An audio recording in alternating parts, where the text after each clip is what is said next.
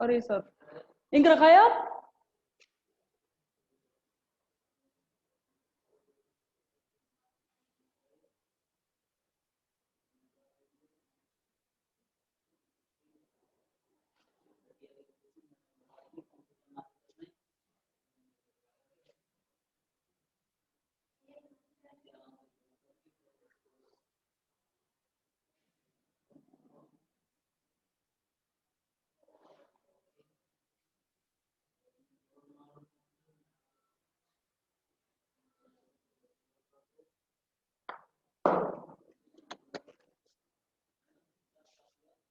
चालू गए? अभी रुक जाओ सर, मैं और मैं डायग्राम बना दूं पहले।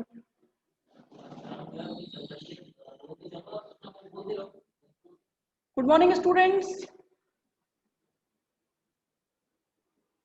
कैसे हैं आप सभी? बढ़िया।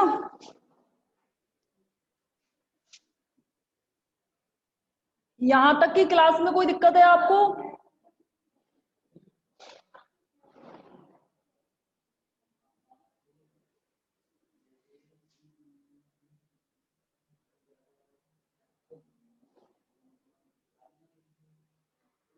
देखिए, निकालो ये वाला, नहीं इसी पीछे वाला, ये वाला।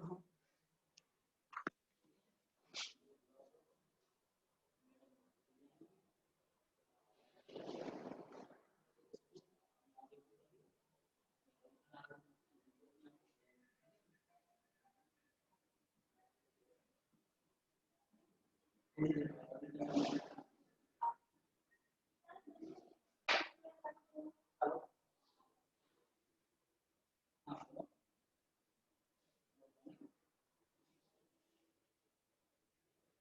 वो स्टार्ट। अच्छा, देखिए स्टूडेंट्स, स्टार्ट कर रहे हैं हम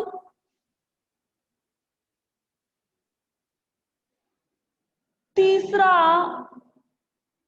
अणुसंख्य गुणधर्म, जिसका नाम है क्वथनांक उन्नयन।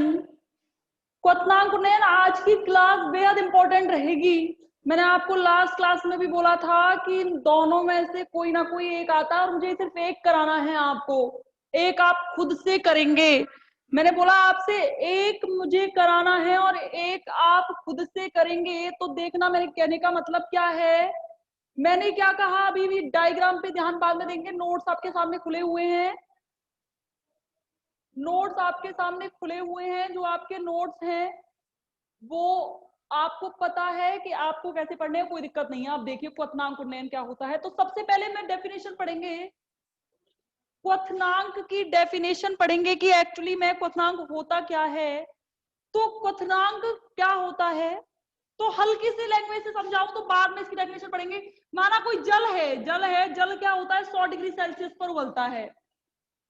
ध्यान समझना, जल क्या है, 100 डिग्री सेल्सियस पर उबलता है। ये आपको पता है, इसको आप कहते हो मैडम, अब तक आप पढ़ते आए हो, ये जल का क्वथनांक है, ये जल का क्वथनांक है। 100 डिग्री सेल्सियस जल का क्वथनांक है, ऐसे ही तो कहते हो आप। क्या कहते हो आप? 100 डिग्री सेल्सियस जल का क्वथनांक है। वो क्वथनांक है क्या? आखिर क्या बवाल है, ये नाम क्या है? तो ध्यान रखना, 100 डिग्री सेल्सियस क्वथनांक की डेफिनेशन के बारे में बात करूं तो किसी पदार्थ का या किसी द्रव का क्वथनांक वह ताप है जिस पर द्रव उबलना प्रारंभ होता है या उबलता है। ये तो जानते हो कि मैडम आप इसका क्वथनांक क्या है, 100 डिग्री सेल्सियस। इट मींस क्वथनांक की डेफिनेशन क्या है, ये इस पे उबलना प्रारंभ हो रहा है। तो ध्यान रखो, क्वथनांक उन्नयन क्या कहलाएगा। मैंने क्या बोला, मैंने क्या बोला, किसी द्रव का वह ताप जिस पर वह द्रव उबलने लग जाए या उबलना प्रारंभ कर दे, वो उसका क्या कहलाता है, क्वथनांक कहलाता है। और इसको साइंस की डेफिनेशन में कैसे पढ़ेंगे, तो देखिए, किसी द्रव का क्वथनांक वह ताप है, किसी द्रव का क्वथनांक वह ताप है जिस पर द्रव का वाष्प दाब, ये डेफिनेशन नोट्स में लिखी हुई है, आपके पास नोट्स सामने खुले हुए हैं। द्रव का वाष्प दाब अपने चारों ओर के वायुमंडलीय दाब के बराबर हो जाए। और हम मानक यानी कि स्टैंडर्ड फॉर्म में मानते हैं कि 1 वायुमंडलीय दाब होता है, 1, इसको 1 वायुमंडलीय दाब कहते हैं। मैडम ये कहने का मतलब आप क्या समझाना चाह रही हो, मेरे समझ में नहीं आ रहा आप क्या कह रही हो।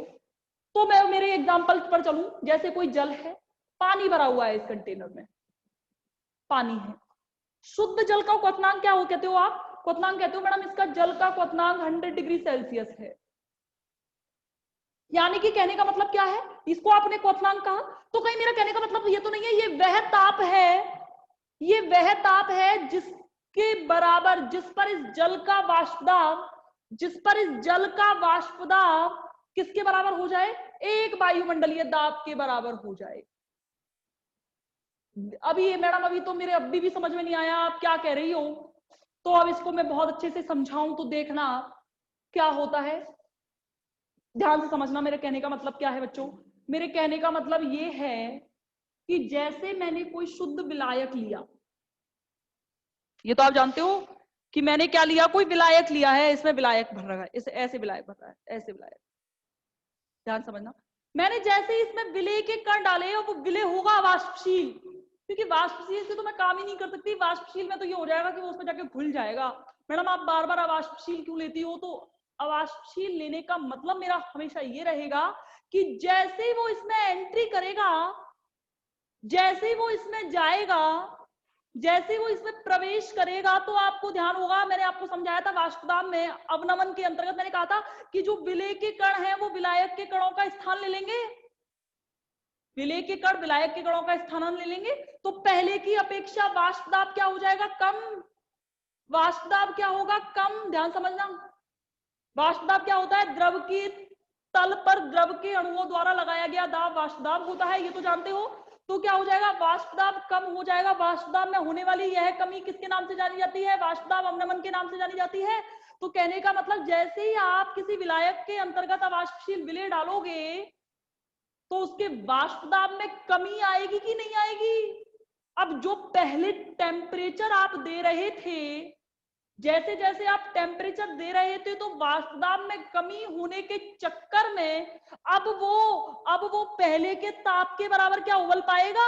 नहीं, अब वो पहले से ज्यादा ताप देना पड़ेगा। अरे बच्चों, जितने अच्छे से आप पानी गर्म कर पाते हो, तो पानी में चीनी अगर वो तो कर वाष्पशील है, अगर वो वाष्पशील नहीं है तो अगर उसमें ऐसी चीज डालो जो वाष्पशील है, तो ऐसे समय में मुझे टेम्परेचर बहुत ज्यादा देना पड़ जाएगा। इट मींस क्वथनांक में क्या होगी? वृद्धि होगी। क्वथनांक में यह वृद्धि किसके नाम से जानी जाती है? क्वथनांक उन्नयन के नाम से जानी जाती है। देखो ये तो रहा पानी।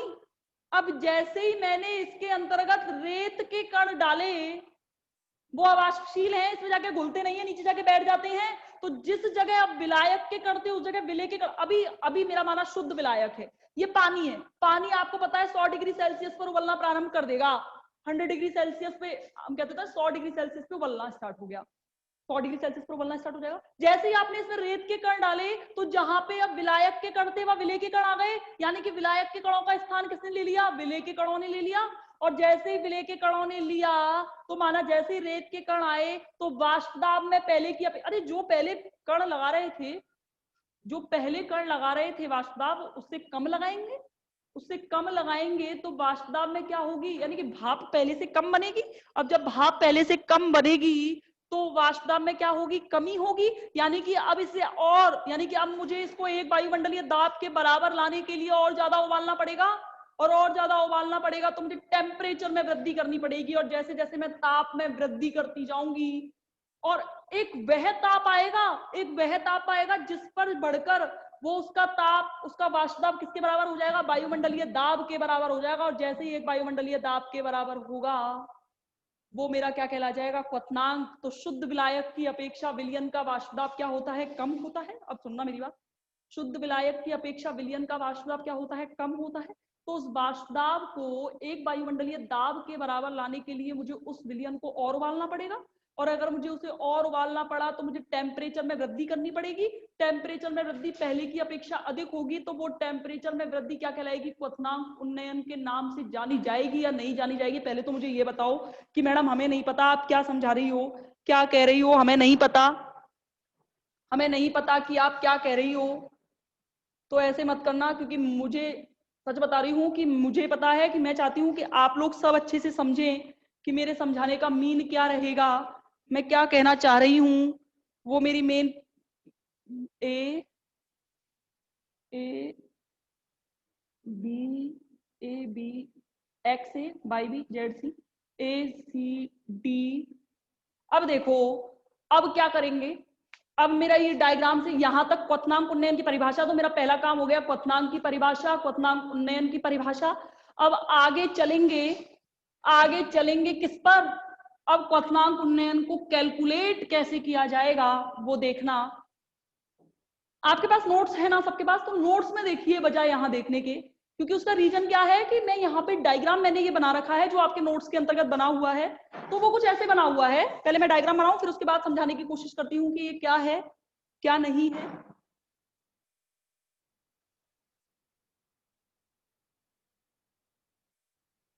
देखना,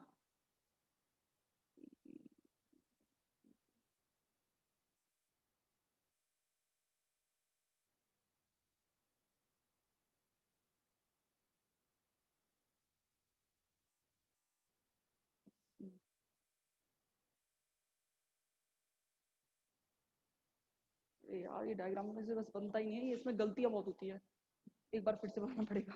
देखना, ये डायग्राम फिर से बड़े में बनाऊं मैं, कि बड़े में कैसे बनाया जाएगा, ये ढंग से बनाने की कोशिश करती हूँ मैं। ये देखना, ये इस तरीके से प्रेशर और टेम्परेचर के बीच में ग्राफ दिया हुआ है, वो ग्राफ कुछ इस तरीके से दिया हुआ है। देखिए, बस ये ग्राफ अगर याद हो गया तो आप ये मानो कि आपका पूरी कैलकुलेशन सॉल्व हो गई, कि हाँ मैडम ये सही सॉल्व हो जाएगा हमसे। तो देखना कैसे, एक्स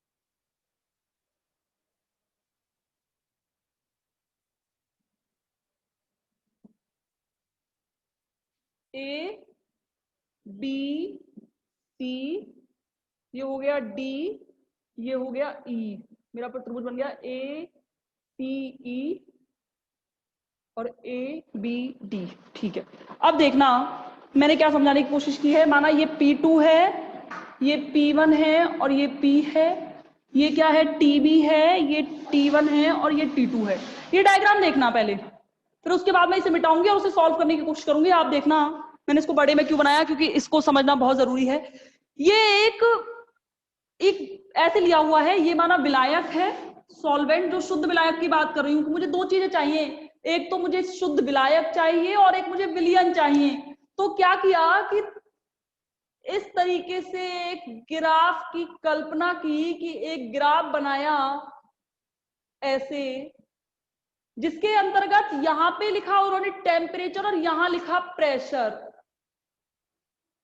जब इन्होंने देखा, जहां देखना ये टीबी जो है, ये टीबी जो है वो जिस पर वेपर प्रेशर क्या है P, यानी कि क्वथनांक क्या है इसका, इसका वाष्प दाब ज्यादा है। देखना स्टार्टिंग में शुद्ध विलायक है, इसका वाष्प दाब ज्यादा है। देखो आपको ग्राफ पढ़ना आता है नहीं आता, यहां से तो टेम्परेचर बढ़ रहा है, यहां से तो टेम्परेचर बढ़ रहा है और ऐसे कौन बढ़ रहा है, प्रेशर बढ़ रहा है। तो ध्यान से देखो, ये क्या है टीबी, ये मैंने शुद्ध विलायक का नोट्स के अंतर्गत लिखा हुआ है, जहां टीबी शुद्ध विलायक का ताप है, क्वथनांक है। T1 क्या है, सॉल्यूशन फर्स्ट का क्वथनांक है।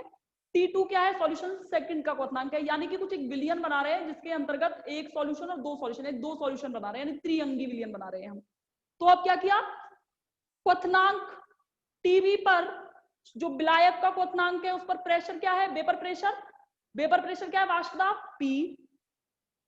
जैसे ही सॉल्यूशन उसके अंतर्गत मिलाया तो उसका वेपर प्रेशर क्या है, ये रहा P1, और ऐसे यहां लगाया तो यहां क्या आ गया P2। ये तीन हो गए। आप देख रहे हो जब मैं केवल शुद्ध विलायक की बात कर रही हूं तो वाष्प दाब क्या आ रहा है, वाष्प दाब क्या आ रहा है, ज्यादा आ रहा है कि नहीं आ रहा, वाष्प दाब क्या आ रहा है, ज्यादा। और जब मैं विलय, जिसमें विलायक में जैसे ही विलय मिला देती जा रही हूँ तो उसमें क्या आ रहा है, वाष्प दाब कम, यहाँ पे और वाष्प दाब कम हो जाएगा। यानी कि जैसे जैसे आप उसके अंतर्गत विलय पदार्थ की मात्रा बढ़ाते जाओगे, वाष्प दाब में कमी आती जाएगी, और उस वाष्प दाब को एक वायुमंडलीय दाब के बराबर लाने के लिए मुझे ताप को कॉन्टिन्यूअसली बढ़ाना पड़ेगा। तो यहाँ देखना टेम्परेचर बढ़ रहा है कि नहीं बढ़ रहा, ये देखना टेम्परेचर बढ़ रहा है कि नहीं बढ़ रहा, यहाँ पे टेम्परेचर बढ़ रहा है, यहाँ पे टीबी है, यहाँ बढ़ के T1, यहाँ बढ़ के T2। अब मेरा इस ग्राफ से मेरा मतलब क्या है वो चीज समझाने के लिए मैं देखूं, यहाँ पे क्या दो त्रिभुज लेंगे हम, एक त्रिभुज ABD और एक त्रिभुज ACE। देखो क्या है मेरा कहने का मतलब, मैथ वाले बच्चे तो जानते हैं कि ये दोनों समरूप त्रिभुज हैं। क्यों, किस लिए, अब मत कहना मैडम हमें समरूपता की डेफिनेशन नहीं पता, क्योंकि ये क्या है, ये समानांतर रेखाएं हैं, और जब समानांतर रेखाओं के अंतर्गत जब कभी दो त्रिभुज बन रहे होते हैं उभयनिष्ठ भुजाओं के बीच, तो वो त्रिभुज हमेशा समरूप होते हैं। समरूपता की डेफिनेशन आपको पता होगा, समरूपता के अंतर्गत जब दो त्रिभुज समरूप होते हैं तो उनकी भुजाएं परस्पर समानुपाती होती हैं। ये पता है कि नहीं पता। अब देखना मेरा मेन मकसद क्या है, त्रिभुज ABD व त्रिभुज ACE में, त्रिभुज ABD व त्रिभुज ACE में, तो देखना मुझे केवल समानांतर भुजाओं से मतलब है, मुझे केवल समानांतर भुजाओं से मतलब है। तो मैंने क्या किया देखना, AD या तो फिर मैं ऐसे ले लूं या तो फिर मैं ऐसे ले लूं। तो देखना क्या किया मैंने, देखो यहां से ये समानांतर दो त्रिभुज, देखना ध्यान से, ये त्रिभुज है ADB, ऐसे दिया हुआ है, मैं अलग से निकाल के दिखा रही हूं, ऐसे है देखो, ये ऐसे एक त्रिभुज तो ये बनना है, और एक त्रिभुज बड़ा ऐसे बनना है, ये ऐसे बन रहा है त्रिभुज। देखो निकाल के दिखा रही हूं मैं अलग से, ये त्रिभुज ADE, ये B और ये C, ये दो त्रिभुज है, देख लिया, ये परस्पर समानांतर भुजाएं हैं, ये ऐसे बनना है त्रिभुज, देखो ऐसे, ये ट्रायंगल देख रहे हो, ये परस्पर समरूप त्रिभुज कहलाएंगे, ABD और ACE, ये परस्पर समरूप त्रिभुज है। तो ये भुजाएं इनसे तो मतलब ही नहीं हुआ, मुझे ऐसी दो भुजाएं ढूंढनी होंगी समानुपाती लगाने के लिए जिसमें दोनों त्रिभुज काउंट हो रहे होंगे। तो देखना मैंने जब त्रिभुज ABD लिया तो मेरे लिए भुजा AD आ रही है, जब मैंने त्रिभुज ACE लिया तो मेरे लिए भुजा कौन सी आ रही है, AE आ रही है कि नहीं आ रही। इसीलिए तो देखना क्या ये ऐसे नहीं लिख सकती मैं समरूप त्रिभुजा की, त्रिभुज समरूप है, त्रिभुज क्या है एक दूसरे के समरूप है या नहीं। अब जब त्रिभुज समरूप है बच्चों तो देखना परस्पर समानुपाती भुजाएं, परस्पर क्या होती है, समानांतर भुजाएं समानुपाती। तो देखना AE, इधर देखना, इधर लिख रही हूं मैं इसको समझाने की वजह से, AE बड़ी भुजा के नीचे छोटी भुजा, AE भुजा किसकी हो गई, त्रिभुज ACE की, और छोटी भुजा किसकी हो गई, त्रिभुज ABD की, AE अपॉन AD, ठीक है, बराबर बराबर ये वाला, इससे तो मतलब ही नहीं है, ये दो भुजाएं यहां क्रॉस करेंगी। तो देखना ACE में कौन सी भुजा हो गई, ACE में कौन सी भुजा हो गई, AC, और ABD में कौन सी भुजा हो गई, AB। हुई या नहीं हुई, ये देखो ये त्रिभुज इसमें अलग से निकाल के दिखाया मैंने, ABD और ACE दो त्रिभुज हैं, ये रहे, ये मैंने ये यहाँ पे अलग से निकाल के दिखा दिया, ये सिर्फ समझाने के लिए है कि ये कैसे आया। समरूप त्रिभुज की शर्त लगाई है, समरूप त्रिभुज की शर्त क्या होती है कि जब दो त्रिभुज एक के अंदर एक बन रहा होता है, या अलग अलग भी बन सकते हैं, जब अगर शर्त दे रखी है कि ये समरूपता का पालन करते हैं तो उसके अंतर्गत किसी एक त्रिभुज की भुजा दूसरे त्रिभुज की भुजा आपस में परस्पर क्या होती है, समानुपाती होती है। ये मैंने कर दिया। अब देखना AE की वैल्यू क्या होगी, अब मेरा मेन फोकस चल रहा है, AE का मान क्या होगा, चित्र से मेरा यहाँ काम खत्म हो जाएगा। AE T2 माइनस TB, बड़ा कौन सा है, T2 की TB, T2 बड़ा है, तो AE की वैल्यू क्या आ गई, T2 minus TB upon AD, AD क्या हो जाएगा, T1 माइनस, देखो AD क्या हो जाएगा, D तक चलो, ये रहा T1, और ये क्या हो गया, A की वैल्यू TB, ये वाली वैल्यू तो है, ये कैसे निकालोगे, अधिक ताप में से कम ताप घटा दो, इट मींस कैसे कर सकते हैं, T1 माइनस TB बराबर AC का मान देखना, AC का मान बड़ा कौन, P में से किसे घटा दूं, P2, तो AC की मान निकल जाएगा, यानी कि क्या आ जाएगा, P माइनस के P2 अपॉन AB का मान क्या आ जाएगा, AB का मान P माइनस P1। पहले तो मुझे ये बताओ कि यहां तक समझ में आया कि नहीं आया। मैडम चैट नहीं खुली, मेरे फोन में खोलो ना, इसे पता तो चले कैसे बच्चे। पासवर्ड VIP क्या है, एक मिनट रुको आप लोग, मुझे बताना यार, खोलना इसमें जूम, ये रहा पढ़ना क्लास में। अच्छा, यहां से आगे अब ये आपस में दो टेम्परेचर का डिफरेंस है, ये वाली चीज समझ में आई कि नहीं आई, यहाँ पे मुझे रुकना पड़ेगा, क्योंकि पहले मुझे ये तो पता चले कि मुझे इसको दोबारा तो नहीं समझाना, स्पेशली बायोलॉजी के स्टूडेंट्स, कि मैडम मुझे ये समझ में नहीं आया, फिर से समझाओ, क्योंकि ये बहुत इंपॉर्टेंट टॉपिक है और ये चीज समझ में आना बहुत जरूरी है, ये चीज समझ में आना बहुत जरूरी है, अनिवार्य है। तो देखना, मीटिंग आईडी, एक मिनट रुकना, मैं अभी चैट ऑन करती हूँ तो उससे पता चलेगा। ज्वाइन मीटिंग, पासवर्ड बोलना,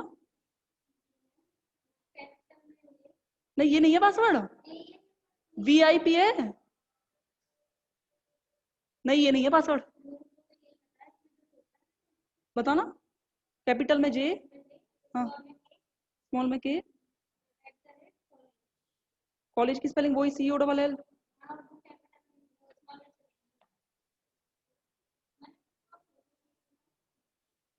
ये वही है पुराना वाला पासवर्ड, VIP करके सर से पूछ के आना पड़ेगा, हाँ खुलवा लो, ठीक है ना।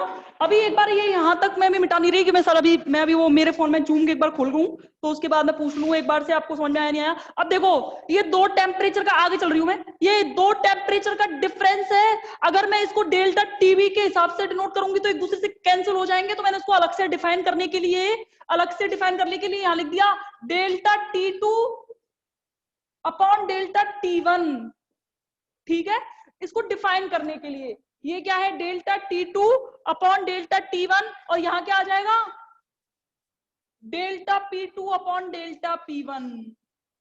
ये क्या हो गई, ये हो गई आपकी, चलो इक्वेशन दो या नहीं दो, ये चीज कोई फर्क नहीं पड़ता, यहां से ये चीज समझ में यहां तक आ गई। इसको क्या लिख दिया, डेल्टा T2, इसको क्या लिख दिया, डेल्टा T1, इसको क्या लिख दिया, डेल्टा P2, और इसको क्या लिख दिया, डेल्टा P1, ये आ गया। अब देखो, अब क्या है, अब देखिए, जहां डेल्टा T2 क्या है, जहां डेल्टा T2 और डेल्टा T1 क्वथनांक में वृद्धि है, क्वथनांक में वृद्धि, और डेल्टा P2 और डेल्टा P1 क्या है, वाष्प दाब में कमी, वाष्प दाब में कमी है, ठीक है, वाष्प दाब में क्या है, कमी है। अब देखना, अब देखना,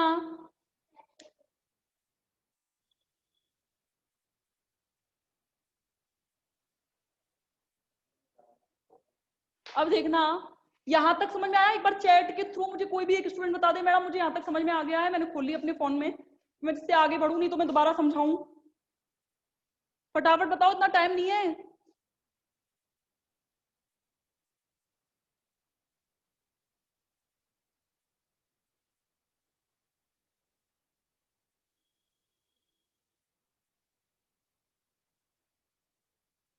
अरे प्राइवेसी लगा रखी है तू अरुण गुप्ता,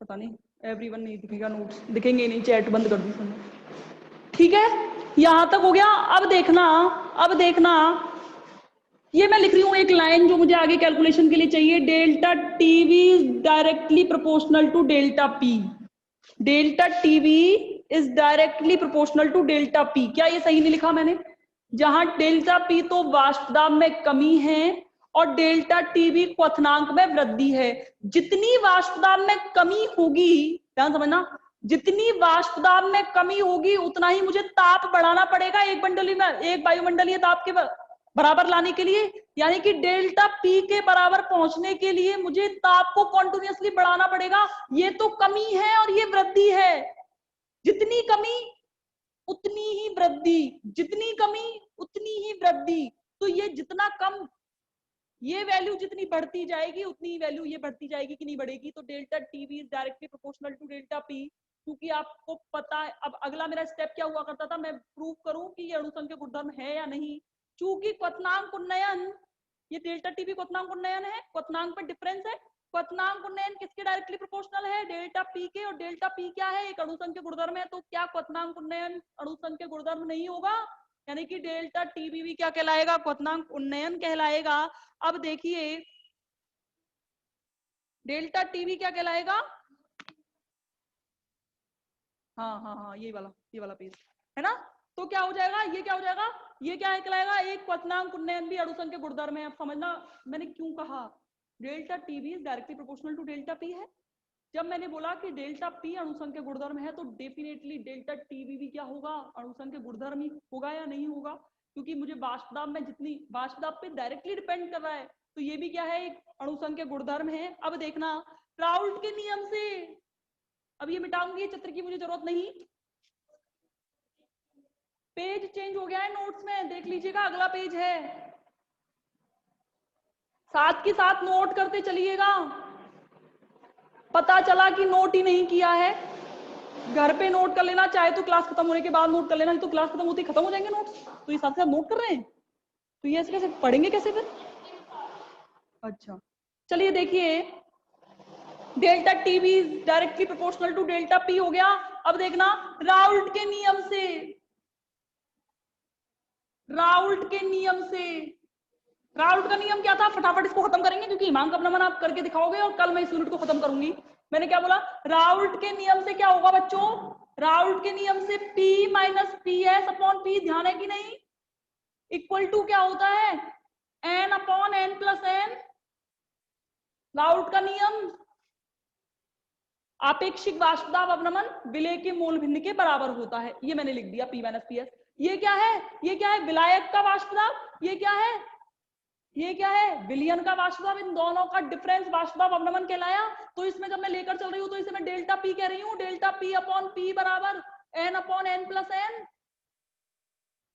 अगर मैंने बात की कि विलयन अत्यंत तनु है, विलयन अत्यंत तनु है, कहने का मतलब क्या है, n capital small n is very very less than to capital N, तो इसे नगण्य मानकर छोड़ सकते हैं। तो डेल्टा P अपॉन P बराबर कैपिटल N अपॉन, हुआ कि नहीं हुआ, यहां से N upon N। Delta P बराबर क्या आ जाएगा यहां से, डेल्टा P बराबर क्या आएगा यहां से, P का मल्टीप्लाई इधर कर दो, P into N upon N। हुआ कि नहीं हुआ। अगर मैं इसको इक्वेशन फर्स्ट नाम दूं तो देखना समीकरण 1 से,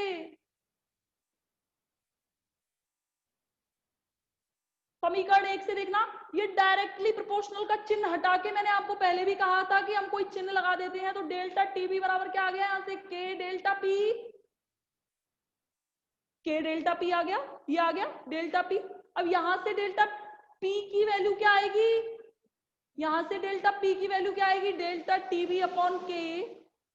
हुआ कि नहीं, यहां से ही अपॉन में चला गया, ये माना समीकरण 2 है। डेल्टा पी का मान समीकरण 2 में रख दो, डेल्टा पी का मान समीकरण 2 में रखने पर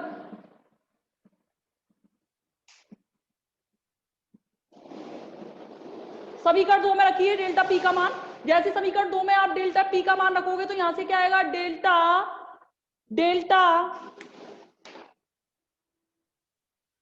रखो, क्या होगा, डेल्टा टीबी, ये मान रखो, अपॉन के बराबर P into small n upon n।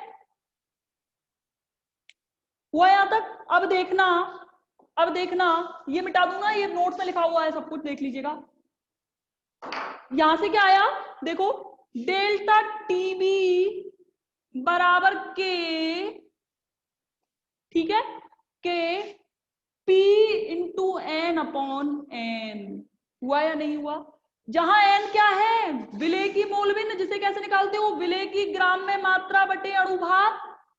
और कैपिटल N कैसे निकालते हो, विलायक की ग्राम में मात्रा बटे विलायक का ग्राम में भाग, एन और एन की वैल्यू यहां रखो, तो डेल्टा टीबी बराबर के इंटू पी इंटू डब्ल्यू upon m upon capital W upon capital M. हुआ या नहीं? ये उल्टा होगा, तो डेल्टा टीबी बराबर के इंटू पी।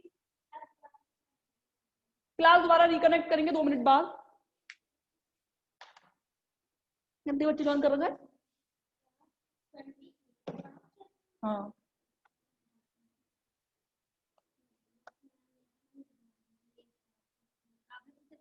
हाँ